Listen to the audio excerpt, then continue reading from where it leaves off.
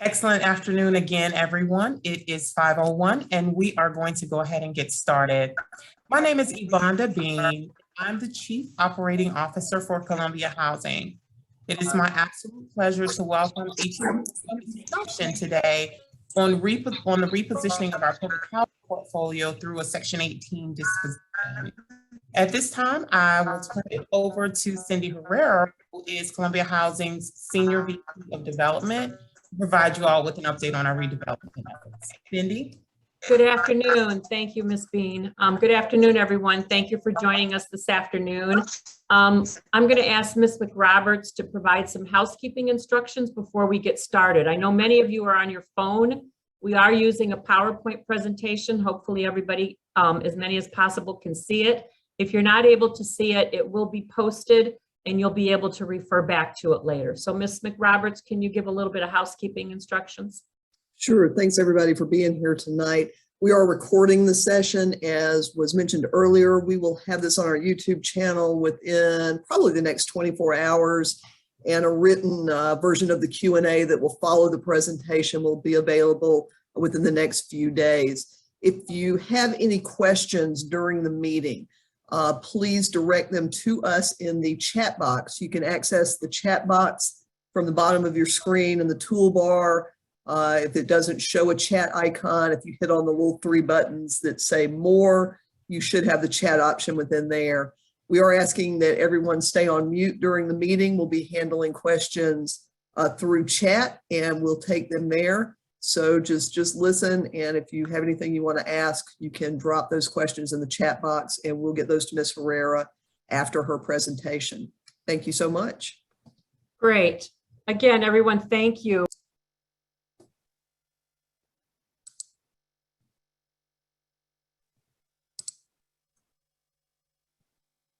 Cindy, you flipped on mute. Okay, thank you. Good afternoon. We're here this afternoon to talk about repositioning public housing under what's called the Section 8 disposition program. And this is the program that we are going to utilize to reposition all of the single family homes. Repositioning goals. This is actually something that HUD began back in the 1990s.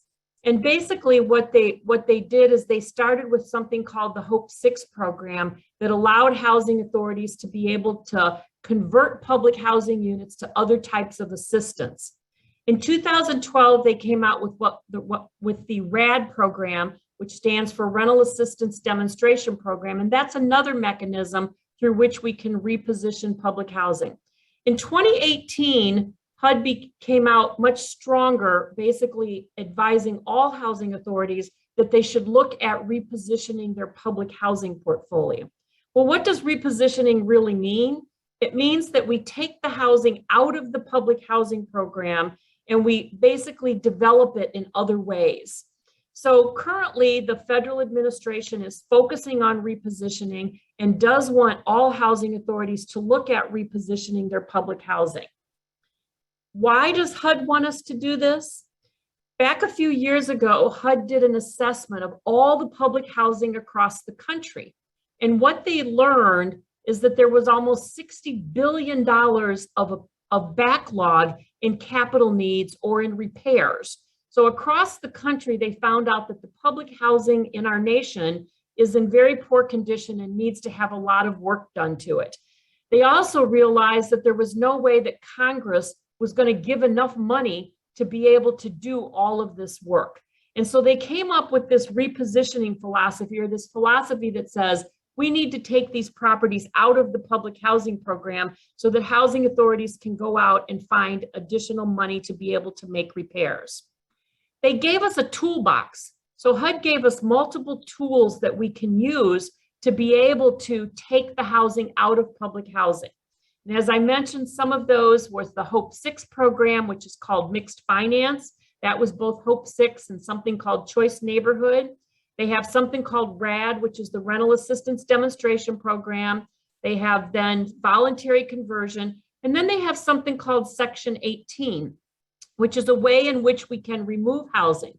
So when we began to look at our entire portfolio here in the city of Columbia, We looked at all of our properties and said, what is the best tool that we can use for each of these properties to be able to improve them? Well, under Section 18, they have a provision for single-family homes. And it basically says is that we recognize that it's very hard to continue to manage single-family homes as public housing. So we're going to let you convert those from public housing to a different form of assistance. Section 18 basically is the ability to either dispose or demolish public housing units. When we say dispose, that means we just transfer the ownership, that someone other than the housing authority may own these units in the future. In order to go through this process, we have to prepare and submit an application. So today's meeting is the very beginning of us preparing an application for the single-family homes. This application goes to a special office of HUD called the Special Application Center. In that application, we have to include the PHA plan. We have to do an environmental assessment of all of the houses. We have to consult with the residents, and that's what we're doing today. This is the resident consultation. Eventually, we have to have a letter from the city that says that they support what we're doing, and we have to have a resolution from the Housing Authority's Board of Commissioners. This is all part of the process for us to prepare the application to HUD. So again, today's meeting is really just to be able to advise you of what this is and what it is that we plan to do. So when we looked at all of our single-family homes, we've conducted an assessment. We actually had an architect and engineering firm that came out and looked at each and every single-family home. Many of you may remember somebody coming to your house over the last several months in which we conducted an assessment of the property. In that physical assessment, we looked at the capital needs. We said, what is it that needs to be done to this house? We looked at environmental. Is it flooding? Is there something around it in the neighborhood that's going to impact it in some way? We looked at, is the house old that it might have asbestos in it? Are there any environmental concerns? Then we looked at accessibility standards. Is the house designed for people that need accessible housing? And if so, have those all been designed appropriately? So through that assessment, we basically looked at every house and said, okay, we have some houses in our inventory that are currently vacant and don't have anybody living there, and they really probably cannot be repaired. They're in such poor condition that it would cost more to fix them than what they're currently worth. Then we have some houses that we looked at and we said, okay, this group of houses basically needs to have rehab, but they need substantial rehab. So we'll probably have to move somebody out to fix them up, and then we'll be able to move somebody back in. And then finally, we have a small group of houses that we said, these just need some minor repairs. They don't need major repairs. So we've basically put all of the houses into what we call buckets. Then what we did is once we figured out the repairs that needed to be done, we did a financial assessment. We tried to figure out what's the best way that we can operate these houses and be able to have enough money, collect enough rent that we can pay for the operating expenses and determine if we can go out and get any private debt that will allow us to make all of the repairs. So we've gone through this assessment of all of your properties to kind of come up with an idea of what we can do with each and every house. So this is the buckets I've talked about. We've put all the houses now into 3 buckets. We have some houses in the bucket that's going to be for demolition. We have houses that are in the bucket that will be rehabbed. And we have houses that are in the bucket that say, they're not in too bad a shape. We can pretty well move forward with these, okay? So the houses that have to be demolished, we know that in some cases we might have to relocate some families and find other housing and demolish that house. And then we might be able to rebuild on that house, on that lot, depending on the condition of the land. And then we would like to put a project-based voucher on that and put that house into a lease purchase program. In other words, find a family or look at our existing families and determine whether they could become eligible to eventually purchase the house over a period of time. Then we have houses that we're going to rehab. We know that these houses are viable, but they need anywhere from $30,000 to $40,000 worth of rehab. Those we understand that some of them we might be able to rehab with the resident living in the unit, but a lot of them we're going to have to move residents temporarily in order to be able to do the rehab. Again, we're then going to make sure we have financing. We would complete the rehab construction, and we would put a project-based voucher on there, and again, be able to work with the families to eventually purchase those homes. And then finally, we have a group of houses that are not in too bad a condition. We won't have to relocate anybody, and we won't have to do any major construction, maybe just some minor repairs. And we're hoping that we might have some families that might be able to purchase some of these houses as we work with the families now. So these are the 3 buckets that we've put all of the houses into. So as we go through this process and we go through Section 18 and we take the houses out of the public housing program, we will have some options that each of you will have. Some of you might be ready to purchase one of the houses now, in which case we will work with you individually to see if you can currently purchase the house. The houses that cannot be purchased, we will put project-based vouchers on those.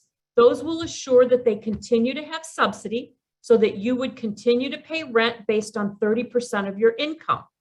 Then we would work with you to prepare you to be able to purchase that home over about a 5-year period. And at that point in time, we would convert the project-based voucher to a home ownership voucher once the family becomes eligible to purchase the home. The other option that you will have is if you're not interested in purchasing, or you're not going to be eligible to purchase within the next 5 years, you would get what's called a tenant protection voucher. This tenant protection voucher would allow you to move elsewhere in the city of Columbia, or it would allow you to do what we call port out, or move to any other location that you would like to move to. So there will be multiple housing options depending on the house that you're currently living in, as well as your individual family situation. So each of these are going to be on an individual basis, where we will be meeting with each family to determine exactly what the process will be for us to be able to provide different housing options to all of you. What I do want to stress is when we do this conversion, HUD will provide us with tenant protection vouchers for each and every house. So if it's a house that we're not going to be able to rehab, you will get that tenant protection voucher and you will be protected and be able to take your voucher, and we will assist you in finding other housing. So all of you will have various housing options, and we will work with you one-on-one to determine what the best housing option is, what you would like to do, as well as what might work best for you and your family, and depending on the house that you live in, what the condition of the house is. The estimated timeline, this is a lengthy process. It isn't going to happen right away. Today's meeting is to share the information, take questions from you, answer your questions to the best of our ability, and get back with anything we might not be able to answer today. But the timeline is that we hope by December, we will be able to submit the application to HUD. Then in January, once we have submitted the application, we will be setting up individual meetings with each family, and we'll be talking to you about what your election of housing options might be. We'll talk to you about the different options, and then we'll let you think about it. And you can think about what you want to do. And you can tell us initially, well, I think I'd like to take a voucher and move elsewhere. Or no, I think I might be able to buy my house. So we're going to ask you what your thoughts are. Once we've done that, for those people who are interested in purchasing their home, we will start a process to prepare you. In order to purchase your home, you are going to have to make sure that you have credit. You're going to have to be able to get a mortgage. So you're going to have to purchase these homes basically through using private capital or through private mortgages. And we have a homeowner specialist on our staff who will be working with all of the families to see how ready you are to be able to move towards home ownership. If you don't want to do home ownership or you're not ready, then we will have other options. You can lease the unit for a few years and eventually buy it. Or some of you may simply say, I'm just not ready to buy it. I don't want to purchase. So all of those things will be the options we'll be talking to you about. We hope that maybe by next April, we will have HUD approval, and then we'll come back to each family in May and get you to make a decision about what your final decision on what you want to do. And then once we do that, we will start to move residents so that we can start the phasing of the construction. This construction will be phased in over time. If we have residents that are going to purchase the homes, The first purchases might begin in December of next year. And then throughout that process in 2023, we would continue to enter into agreements for families to lease the unit under a purchase option as the homes are completed with rehab. So we anticipate that we'll have vacant homes to start. We'll start rehabbing those. As we get those completed, then you might move into one of those homes temporarily. So you'll have a lot of different options as we go through this process. Again, I want to reiterate that today is to share information with you and to provide you with what our estimated timeline is. We want to hear all of your questions and we want to respond to those questions. And then we will, as we go through the process, we'll be in ongoing communication with you. So what are the next steps? The most important thing is to not move. Do not move now. We will continue to schedule meetings with you throughout the Section 18 process and keep you informed of all of the plans for your house and what we will be doing with it. So because these single family homes are so individual and they're all very different and each of you have very unique needs, a lot of what we do under this Section 18 program with the single family homes is really going to be talking with each of you one-on-one in the future. But what we'd like to do now is end the presentation and open this up for questions that we can try to answer as much as possible. So, Lee, I'll let you field the questions. All right. I've got a couple questions about home ownership and the possibility of buying the homes. If I do decide that I want to buy the home and I'm able to do that I'm in, but the home needs repairs, will those repairs be done prior to closing, or are the homes going to be sold as is? We have identified the houses of which ones need repair and which ones don't. So if they need repair, it would be our intent to make the repairs prior to selling the home. Okay. And I know you mentioned about needing credit and being able to get a mortgage and things. Will I need a down payment if I decide to purchase the home that I'm currently in? Yes, but we will be working with some of the other agencies that provide down payment assistance. So we will have some pools of options to assist people with down payment. And remember that one of the intents is to do a lease purchase program. So if you're not ready to buy the home right now, you'll be able to rent it for a while and then purchase it within a 5-year period. Okay, great. What if I have school-age children and I'm in a unit that I'm gonna have to move out of? Will Columbia Housing help me find a unit that's still in the same area so my children aren't disrupted during the school year, or is there a possibility I may have to move to a different school district? We will work with everybody insofar as possible to try to keep you within the same school district. If you're moving temporarily because we're repairing your home and you're going to come back to it, then definitely we will try to make arrangements. We will make arrangements so that your children can stay in the same school. And then if you're not going to stay in your home, you will be provided with a tenant protection voucher. And we work with a lot of landlords in the city. And so we would, refer you to various landlords that may have property in the same school district. Gotcha. Here's an interesting question, Ms. Herrera.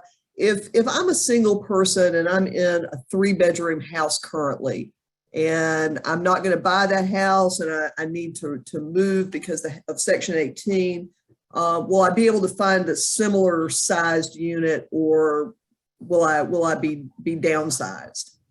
That's a very good question because we run into this a lot. HUD requires that you must be in an appropriate size unit in order to continue to receive subsidy.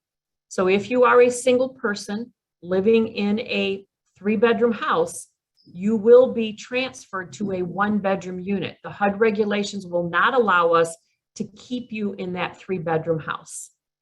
Now, does that work the other way? If I'm in a smaller unit and have need for a larger unit and have not been able to get moved into a larger unit, would that be something that could be addressed during that time? Yes, that's what HUD calls right sizing. They refer to that as right sizing. And what that says is that if HUD's paying the subsidy for the unit on which you live, you have to live in the right size unit for your family. And so if you're in too small of a unit, you could qualify for a larger unit. If you're in too large of a unit, you would qualify for a smaller unit. Okay. Ms. Herrera, now here's an important question. Do I need to keep paying my rent? Do I need to keep do I need to keep honoring the things that are in my lease? How does that work? Yeah, that's a very important question. The answer is absolutely yes. You are currently under a lease. Under that lease, you're supposed to pay a certain rent, keep the utilities in your name if you're responsible for utilities, and comply with all the terms of the lease. And so you must be in compliance with your lease in order to be eligible to receive a tenant protection voucher or to be able to purchase your home with a home ownership voucher. Gotcha. And here's another question we've gotten in a couple of other meetings. Will my rent change if I move temporarily because of construction or rehab, or if I've located another unit? Will my rent change during that period that I'm out? No, it will not. If you temporarily move, you will continue to pay the same rent that you're paying before you had to move. And when you return, your rent will be calculated based on your income. Very important to remember that the voucher program uses the same formula as public housing to calculate rent. But if you are on a flat rent, this is the only thing that would be different. If you're currently on a public housing flat rent, then it is possible that you would have to pay more rent because the voucher program does not have a flat rent. I'm getting a couple questions about the whole sizing issue, and I know people are concerned about that. If I'm in a 3-bedroom unit now and I have 3 children and I qualify for that unit, will I still be able to keep what I qualify for? Absolutely. You will keep the size of the unit appropriate for your family size. So if your family currently meets the 3-bedroom criteria, and it's hard to tell you exactly because a lot of it depends on the age and the sex of your children. And so we can't tell everybody exactly what the right size unit is until we look at you individually with your family. And so you will keep the correct size unit. That is part of the program. HUD requires us to right size everybody as we go through this process. Okay. And again, a set question in relation to the unit size. If I decide I want to purchase my home, will I have to move to a smaller home if I'm a single person in a 3-bedroom unit, but I decide I want to buy that 3-bedroom unit? If you are able to purchase your home with no subsidy, you may purchase the home regardless of your family size. But you would have to purchase the home at the current appraised value, and you would have to be able to purchase that with no subsidy. If you're going to receive subsidy, then you have to purchase a home for the correct size. Okay. So if I'm in a 3-bedroom and I'm able to purchase it, but I only qualify for a 2, then that would apply, is what you're saying. That is correct. If you purchase it with no subsidy. Okay. What will the voucher be equivalent? Will the voucher be equivalent to the amount of rent an individual is paying now? And if a person is interested in purchasing and meets the requirements based on income but not credit, what happens? If you meet the requirements but you don't have credit to be able to secure a mortgage, we will refer you to a credit repair agency who will work with you to help you repair your credit. You will ultimately have to qualify for a mortgage from a bank for a portion of the price of the house in order to be able to purchase it. So that's why we're talking about a lease purchase program, or some people refer to it as a rent to own program. So if you can't qualify initially, but you are interested in purchasing, then we can allow you to go into the rent purchase program, or what we call the lease purchase program, where you would continue to lease your unit while you're working on repairing your credit. And as soon as you can get your credit repaired and be able to qualify for that mortgage, then you would be able to purchase the home. The first part of that question, it was a 2-parter, so didn't want me to confuse the issue, but the first part was, would the voucher that people receive during this process be equivalent to the amount of rent an individual is paying now? The voucher is based on the size of the unit that you qualify for. So there's a total voucher amount, and I'm just going to use an estimate. There's a total voucher amount that's available. You pay 30% of your income, and then the voucher pays for the difference on that rent. Okay, and so there will be a voucher amount that's based on the size of the unit. Your portion of your rent will always continue to be based on your income. It'll be based on 30% of your income. And if your rent is less than the total rent on the unit, then the subsidy from the voucher would pay that difference. Okay. Now, here's a question. What is the difference? What's the difference, the cheaper of the two rent options, the flat rent or the regular rent? Well, the flat rent is a rent that only exists in the public housing program. It does not exist in any of the Section 8 or the voucher program. And it is basically a rent that when people who live in public housing, if their income gets above a certain level, your rent is then capped or it's limited to this flat rent. In the voucher program, there is no flat rent. So in the voucher program, if you have a higher income, you will pay a higher rent because it will always be 30% of your income. There is no cap or no top amount. Okay. Kind of going back to some of the home ownership questions too. What do you have to get a loan from a bank? And what if you're not able to get that loan? If you're not going to be able to secure a loan, then eventually you'll have to use a voucher to rent elsewhere. Because we do intend to put all of the programs into all of the houses that we're going to rehab into a lease purchase program. Now, it's going to be a rotating program. We're going to be tearing down some homes and we're going to build some other homes that we would eventually lease and purchase as well. And so it's going to be a rotating program to consistently have homes that people can lease and then purchase. But if you're not able to purchase your house within about 5 years, then you will go to a straight rental, and we will assist you in looking for a straight rental where you can use your voucher. There will be a whole lot of classes about homeownership in which all of you will learn all of the criteria in order to, what is credit and how does your credit work and how do you repair it? What type of a credit score do you have to have? What will be the bank's requirements? There will be classes for those of you that are interested will have to attend in order to participate in the program. Okay, we're getting some questions about specific sizing, and if I have this number of kids and they're these ages, and I just want to kind of reiterate what you had said earlier. It's really hard for us in this situation and this setting to give people real specifics on that. Do you want to add anything to that? Yeah, I would just say that please reach out to your property manager if you have questions about the size of unit that you will be eligible for when we do the conversion, and your property manager can help you look at that situation, because it really does depend on the age and the sex of your dependents as to whether or not to what size of a unit you will qualify for. So please reach out to the property manager, and the property manager can answer the question about what size unit you are really eligible for versus the size of the unit that you may currently live in. Gotcha.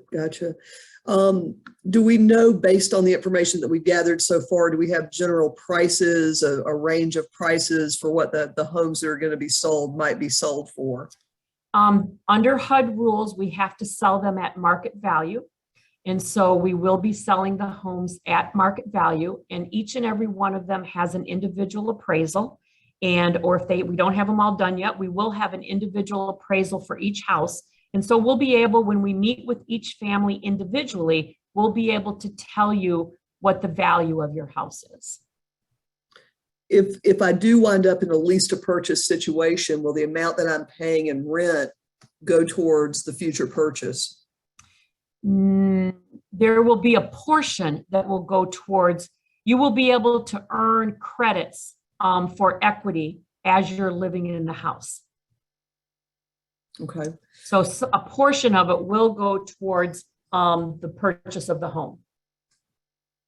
Okay. What about, we all know housing market is really high right now. Prices have gone up considerably in the last year. What if the purchase price drops in the market within 5 years? Does that affect the price that I pay? Yes, absolutely, because the bank that you ultimately have to get your mortgage from is going to do a new appraisal on that house, and they're going to determine what the value is at that time.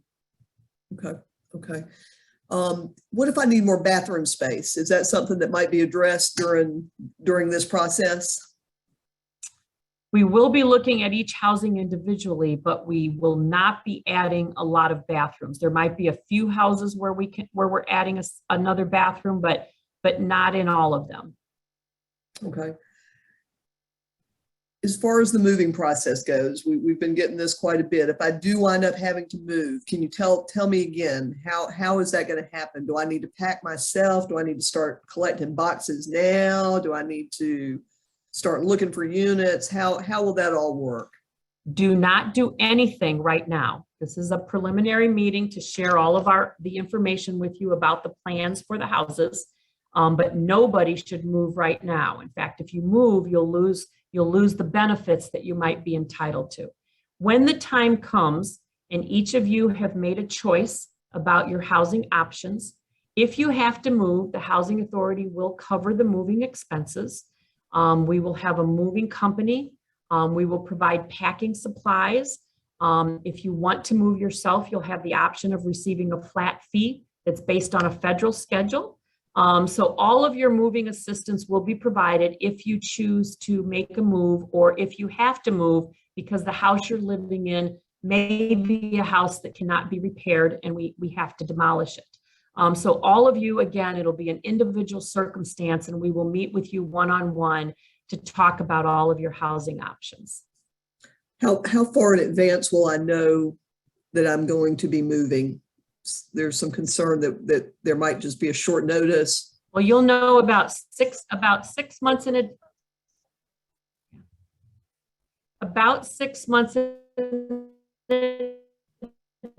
advance. We will be starting to talk with you and then we're going to give you time to think about if you want to move.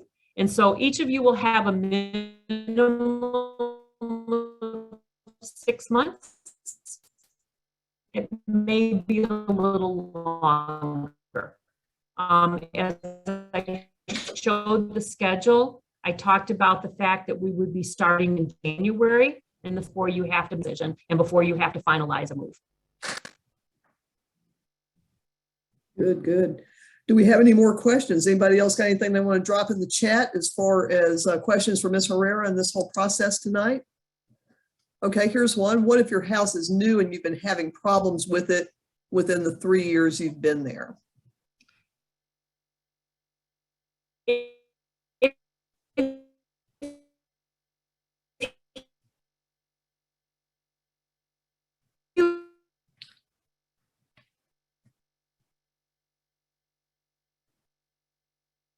Might need just some minor repairs. Others that are in very poor condition. We have had some families that we've already had to move out of some of the houses because we know they're in poor condition and we can't repair them. So we will continue to work with each family based on your individual circumstances. So any problems or concerns that you have, please reach out to your property manager and your property manager will assist you with whatever your circumstance is. We actually have the property manager on the line. Mr. Brown, if you want to just say hello, I'm sure all your folks know who you are, but just in case, if you want to introduce yourself. Hello, folks. Good seeing you here. The only thing I can do is just to encourage you to keep reaching for the American dream. We're here to assist you. I'll do anything possible. And, we're going to provide all the information for you. So don't worry, don't sweat it. We're going to walk you through this entire process and we're all going to celebrate together, you purchasing your home or you being in a happy home. That's right. Thank you, That's Lee. right. Great. Thanks, Bobby. Ms. Herrera, we got a couple more here. If I take the voucher, can I move out of state with that voucher? Absolutely. If you choose to take the tenant protection voucher, you can take that voucher anywhere you'd like in the country, including Hawaii, Puerto Rico, or Guam. So you can take that voucher anywhere you'd like to go once you choose a voucher. Okay. One other question about sizing, and this is looks like somebody that was at Allen Benedict Court when everyone was relocated there. She was supposed to be resized into a different size unit. Will she still be able to participate in the Section 18?